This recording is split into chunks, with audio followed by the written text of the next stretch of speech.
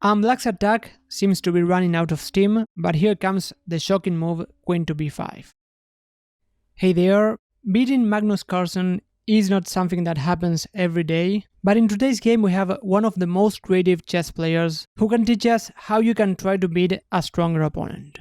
You probably know that to try to beat a stronger opponent you have to look for attacking chances, but I want to dig deeper into this idea and see how Rapport manages to look for sharp options every single time that he has a chance. So let's get started with the game that was played at the FIDE World Rapid Team Championship in Astana, Kazakhstan. So here Magnus started with the move e4, and after c6, d4 and d5 we have a Caro-Kann defense. Here white has many options like e5, knight to c3, but Magnus went for e takes d5, and after c takes d5 Magnus goes for bishop to d3. c4 is also very common, but his idea is to try to grind down his opponent because he's more experienced and the better player. So here Rapport went for knight to f6, and in this position a very common idea is to go c3 and then plan to develop the bishop to f4. But black has ideas to go bishop to g4, eyeing the queen. This is the main line, but Magnus wants to go solid and he went h3, preventing bishop to g4 ideas.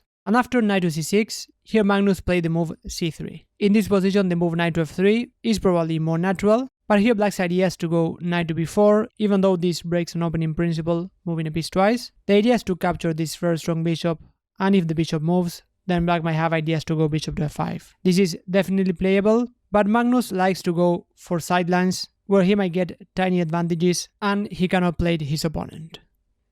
So the move c3 makes sense. It defends d4, it also prevents knight to b4 ideas, but here black has an idea which is to go e5.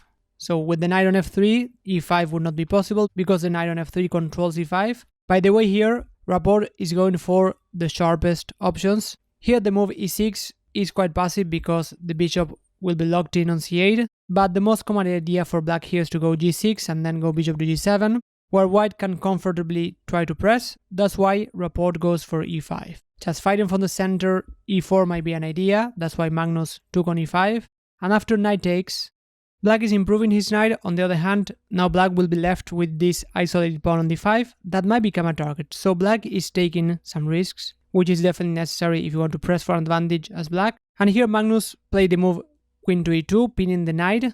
Black's idea is to take on d3 and get the two bishops, even though this is playable because white will try to press against the isolated pawn on d5. Queen to e2 is quite interesting because white is pinning the knight on e5. And now in this position, queen to e7 might look like the best way to play, just breaking the pin, but on the other hand, black still has to solve some problems, like how to develop the bishop on f8.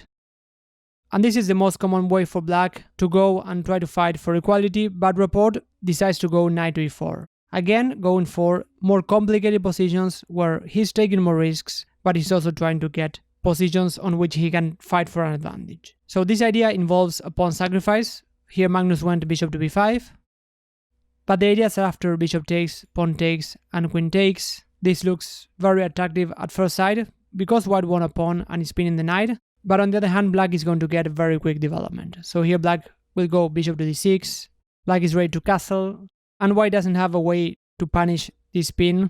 For example, after f4, queen to h4 is very strong, or after knight to f3, black can simply castle, and at the very least black will get great compensation for the pawn with these two very strong bishops, and white is no time to win a piece because after knight takes, bishop takes, and queen takes, rook to e8 will pin and win the queen. So taking on e4 was possible, it was a bit risky, so Magnus decided to go bishop to b5.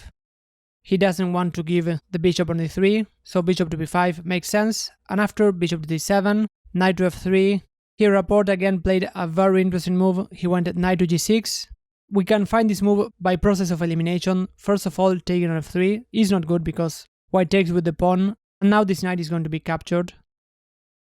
Black had an alternative, which is bishop takes b5 and then go queen to d7, and here white could trade pieces, and this position might be playable for black, mainly to hold because white's idea will be to try to attack this pawn on d5, which is isolated.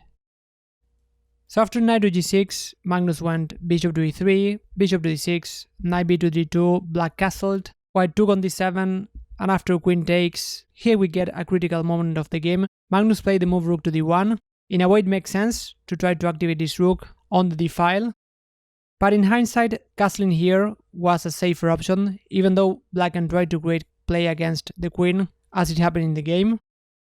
And there was another very interesting move, which is to castle long. So here white is solving two problems at once. The king on c1 is safer than e1, and now the rook is going to get active. But this on the other hand would lead to a very sharp position where we have opposite side castling. But Magnus probably underestimated his position and he went rook to d1, and after rook f to e8, Magnus took on e4, and in this position probably the safest option for black is to go d takes e4, getting rid of the isolated pawn, but Rapport wants to go for active piece play and he went rook takes e4.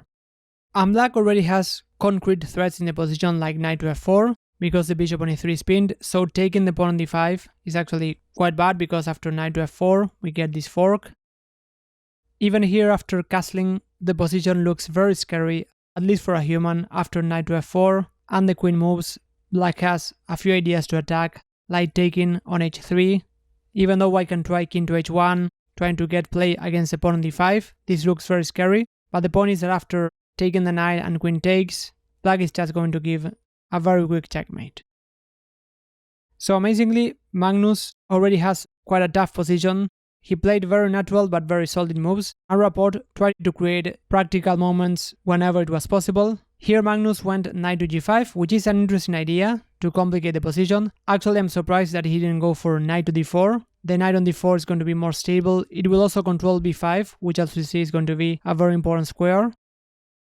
But knight to g5 has the idea to counterattack black's pieces. But as you can imagine, here Rapport didn't move the rook, he went forward and he went knight to f4.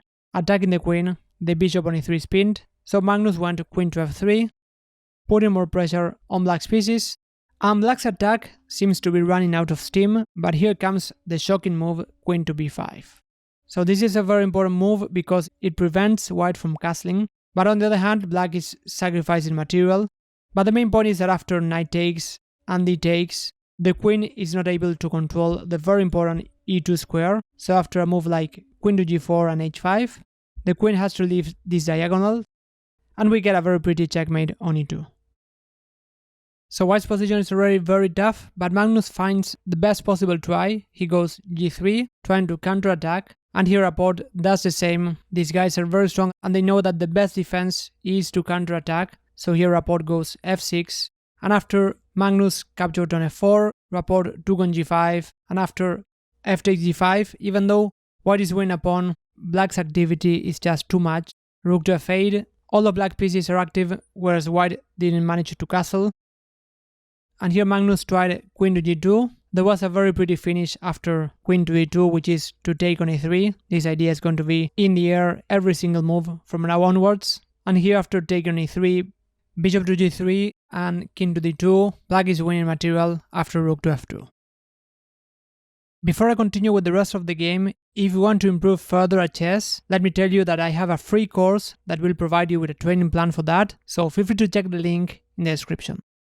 So Magnus tried queen to g2, and Rapport pretty much played a flawless game here. Now he goes rook f to e8, increasing the pressure on the bishop. White doesn't have any decent moves in this position. He went queen to f1, inviting a queen trade, which Rapport definitely doesn't go for. Queen takes b2, and after rook to d2, Magnus actually resigned after making the move, not waiting for Rapport to play the move rook takes c3, which would just lead to a forcing win. After white takes and rook takes, if the king goes to f2, black will simply capture d2, and after rook to e2, we're gonna get a very quick checkmate after bishop to g3, king to d1, rook to d3, rook to d2, and queen takes d2.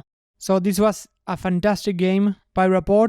So remember, when you're playing against a stronger opponent, the best way to try to win a game is to complicate the position as much as possible. Even Magnus Carlsen can collapse after his opponent complicates the game for so many moves. Thanks a lot for watching, and I'll see you in the next video.